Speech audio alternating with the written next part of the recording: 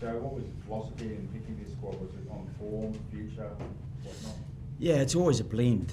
And you know, there've been a number of discussions over the last 2 weeks, really, that we started formulating probably where we were going with the selections.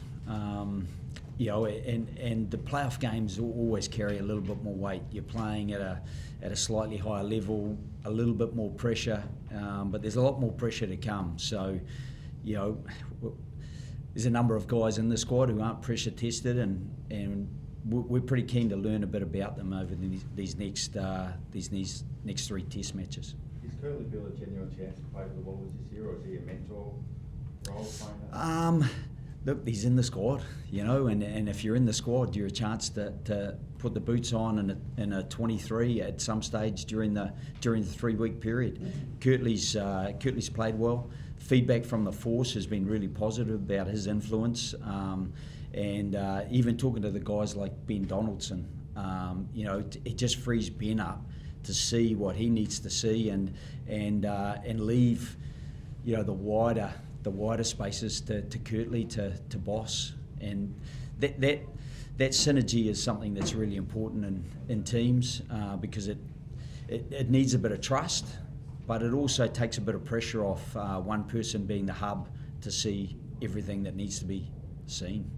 Those that have already declared they're going to league, never considered for selection? I'd say we were keen to invest in the guys who are investing in the future here, and an investment in them, I think, is a longer term. It has a longer term payoff, and in the short term, we'd like to think there's a bit of a payoff there anyway. We like some of those guys we've selected, and some of the guys who aren't there. There was a real contest for a number of those positions anyway, whether it be up front or in the backs, and you know, there could still be some movement between now and the Rugby Championship. Joe, there's not just the league guys, there's probably half a dozen going overseas as well. Were lines put through all of them, really? Like, if you're going, that's like the lack of investment, I think? I don't think we put a line through anyone. You know, we've had discussions with a number of them, but they're taking a path, and it's their chosen path, and we've decided to take a path. But that's not at the exclusion of people. It's at the inclusion of those guys in this immediate future who are invested in Australian rugby, and we're very keen to invest in them. I've had some great discussions with some of the other guys, and you know, the door has not been slammed on anyone. If Phil Waugh's spoken about the importance of getting back to winning the next test rather than looking ahead, how does that philosophy marry up to the fact that everyone that's leaving isn't part of this initial squad? Well, that would be on the basis that you think they should be, and that's a decision that we've taken a lot of time to come to, and you know, we've demonstrated a faith in the guys that are here, and you know, I guess we'll find out in 2 weeks just how competitive the group can be. It's going to be difficult. You got 5 new coaches. I'm meeting some of these guys actually on the grass for the first time in Brisbane, and you know, to have 4 days there and then a couple of trainings before we play Wales, you know, gets to spend a lot of time in Wales. He knows some of those players really well, and there's a continuity and rhythm to what they do. So we have to build a rhythm very, very quickly.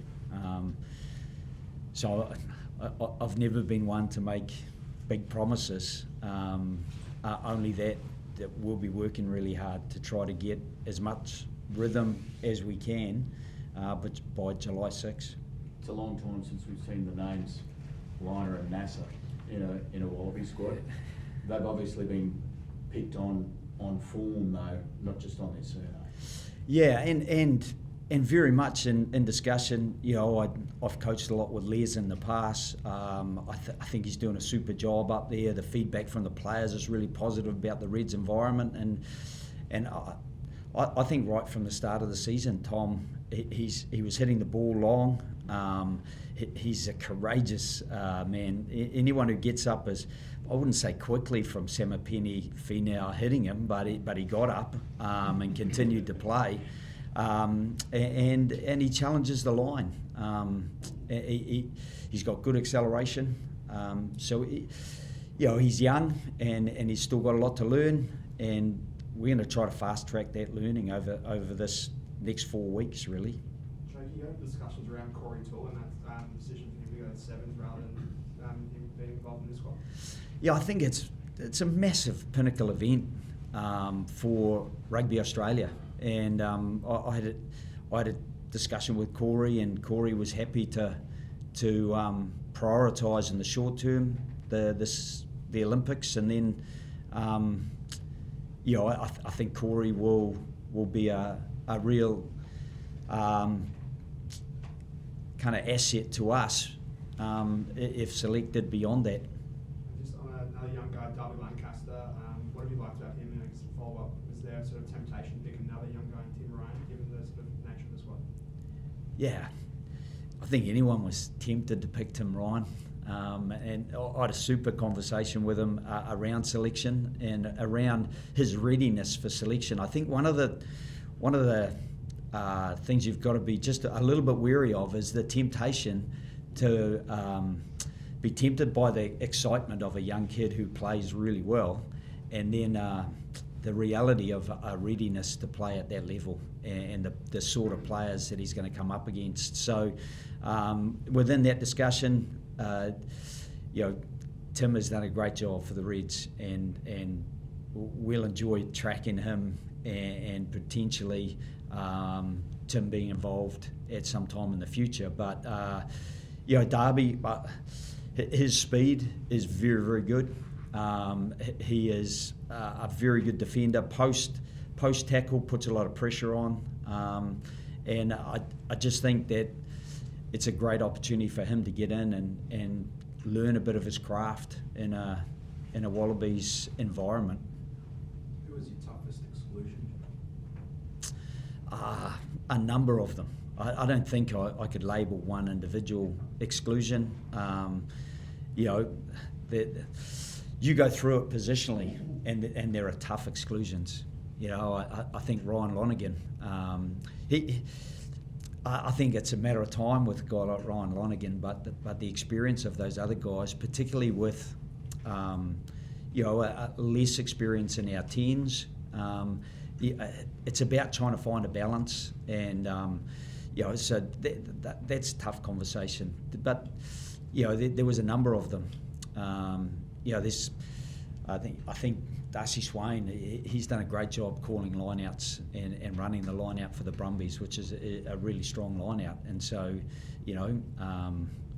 but I could go positionally and just about work my way right through the whole list, and that's a good thing though. If the decisions are tough, then hopefully we've got a squad that has a little bit of depth to it. Joe spoke about being encouraged by the Super Rugby form during the season, but the finals, were you disappointed with the Australian exits out of the finals that probably didn't put their best form on? Yeah, the first quarter really, like the Reds, just that first quarter, they got just too far behind and built their way back. They had enough 22 entries. I thought when Matt Fazler missed out on that try, I thought that might have just given them a little bit of reach on the scoreboard to get a bit of confidence to go after them. And it was the same with the Brumbies and the Blues. That first quarter, if you take that first quarter out, it was a bit more competitive than the score looked at the finish. So for both those teams and the Rebels, there was nothing in that at half time. The Hurricanes scored late in the first half, and the Rebels were right in it until then. So, the teams that did qualify, they all showed a real competitiveness. Just you got to get that for 80 minutes, and that's one of the massive challenges against really good teams, because they can very quickly put the scoreboard out of reach with the firepower they carry. Is there any concern coming out of the World Cup? I know there's actually not a huge number of guys who were there, but there would be scarring from that World Cup experience last year, and you'd have to address that when you came in this year. Yeah, I think there's definitely a little bit of uncertainty and lack of confidence that we'll have to build through the next 4 days. And that, I know that doesn't sound like a lot of time. It's probably because it isn't. But I think the quicker we roll our sleeves up and focus on what we can achieve rather than what wasn't achieved, then I think the sooner we can start to build that confidence. And in the end, if we can win a few really good moments of training and build confidence through that, then hopefully, the last time we played Wales, it was 40 points to 6, which is a pretty devastating scoreline for a Wallaby side. As Kurtley Beale, not many people would have thought that he would have come back into the international reckoning. What's pleasantly surprised you about him? When was the first time that you thought, hang on, he might actually have a bit more value to add from an international perspective? There's been a few times. I think, one probably sticks in my mind, the force they were playing left to right, and he looked that side, there was nothing on, he swept back around the other side. Ben Donaldson decided to have a crack at a gap, got the ball through to Kurtley. Kurtley just came straight off his left shoulder. And that, I don't know, sens de jeu, the kind of game sense, it's hard to coach that. He just sees the game. Sometimes I think as players get older, they see it, but maybe struggled to land it. But he's been landing it pretty well, and so that was part of it, particularly around the feedback from the force around the confidence he was giving other players, and we had a number of the force on the grass last week, and there was really positive feedback about his influence. Joe, are you concerned about the lack of depth at type 5 in terms of experience depth? There's only, I think, 2 locks who've got international caps, and you've got 5 or 6 front rowers who are unavailable through selection. Through injury.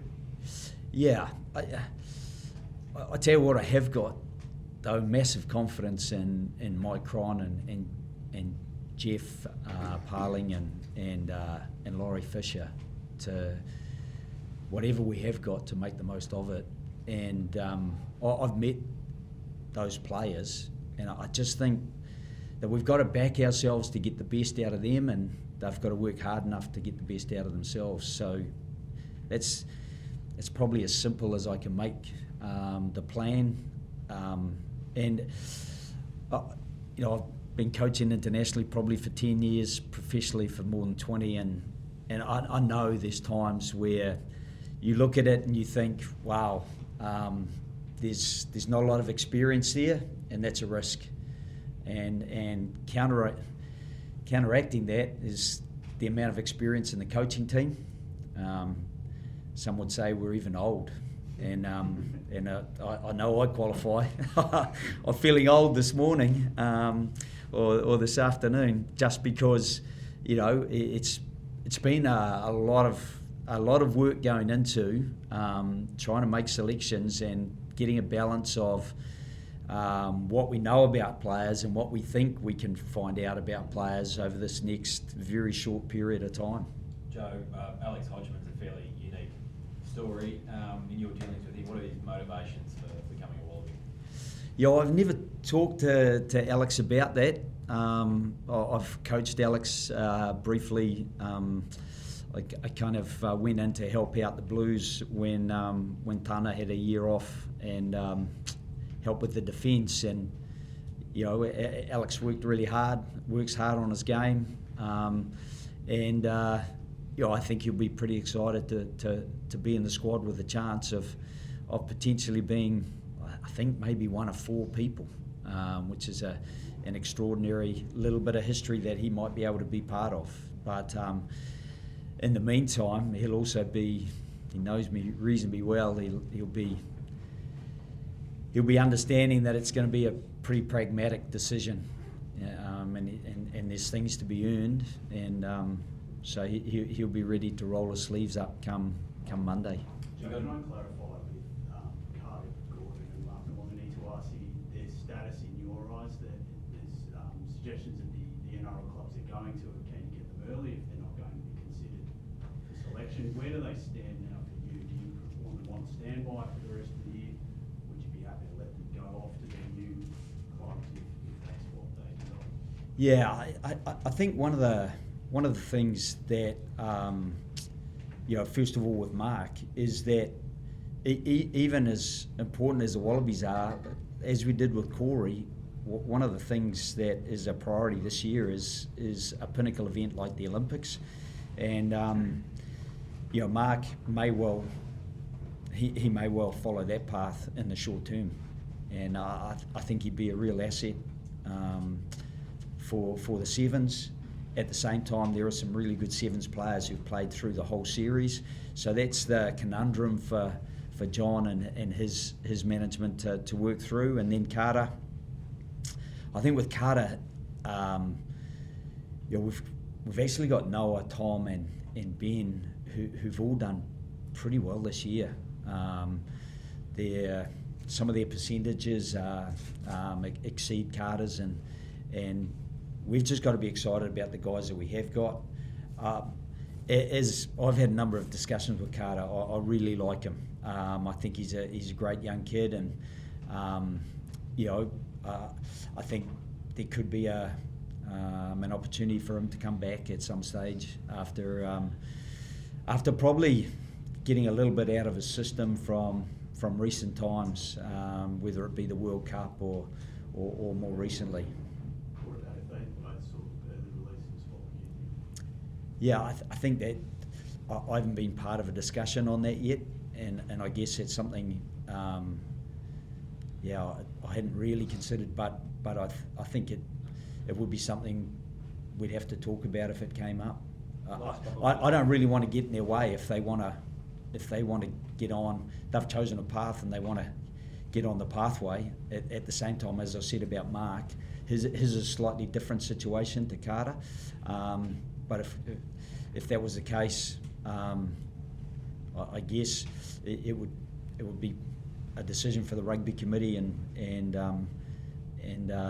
they may ask me my opinion, but it'd be something I'd throw back to the coaches, because that's how we make our decisions. Joe, with Wallabies captaincy is a prestigious position. Last year was a bit of a dog's breakfast, to be honest, wasn't it? Like, what's your standpoint? Do you think you'll have a co-captaincy sort of situation, or will we have one seat? Yeah, that's a really tough question. I don't know some of these men very well. I've been impressed with some of them, but it's superficial knowledge of them.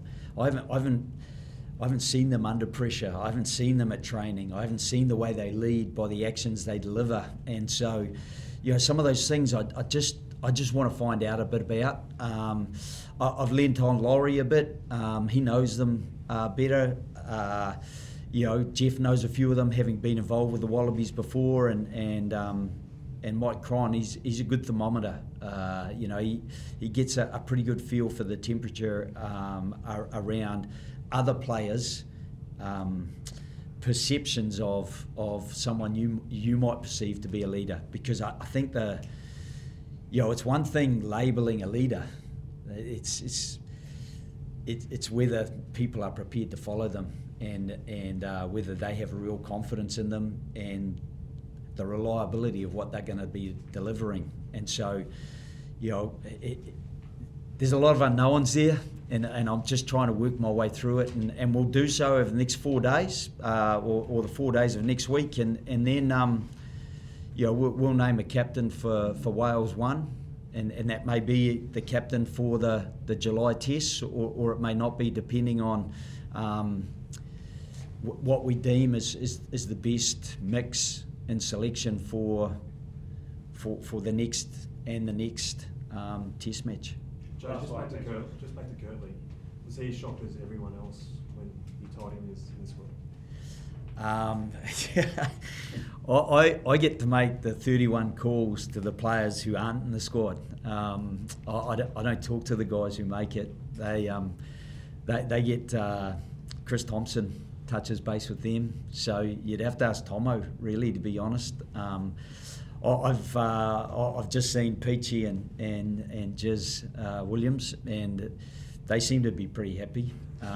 So that's 2 out of 38 looking pretty happy. So I'll take the first 2 and we'll work our way forward. But yeah, I'm looking forward to catching up with everyone Sunday night and getting out on the grass on Monday. And you know, I'm just a rugby coach. I've spent 5 months waiting to do some rugby coaching. So yeah, I'm sure you guys are sick of talking about it as well. You want to see something. I hope you're looking forward to seeing something good. I'm hoping it's going to be worth watching. And all I'd say to supporters is that it won't be for lack of effort. Some of these boys have already demonstrated their ability or their capacity for effort, and it's one of the key aspects that we were looking for in our selection.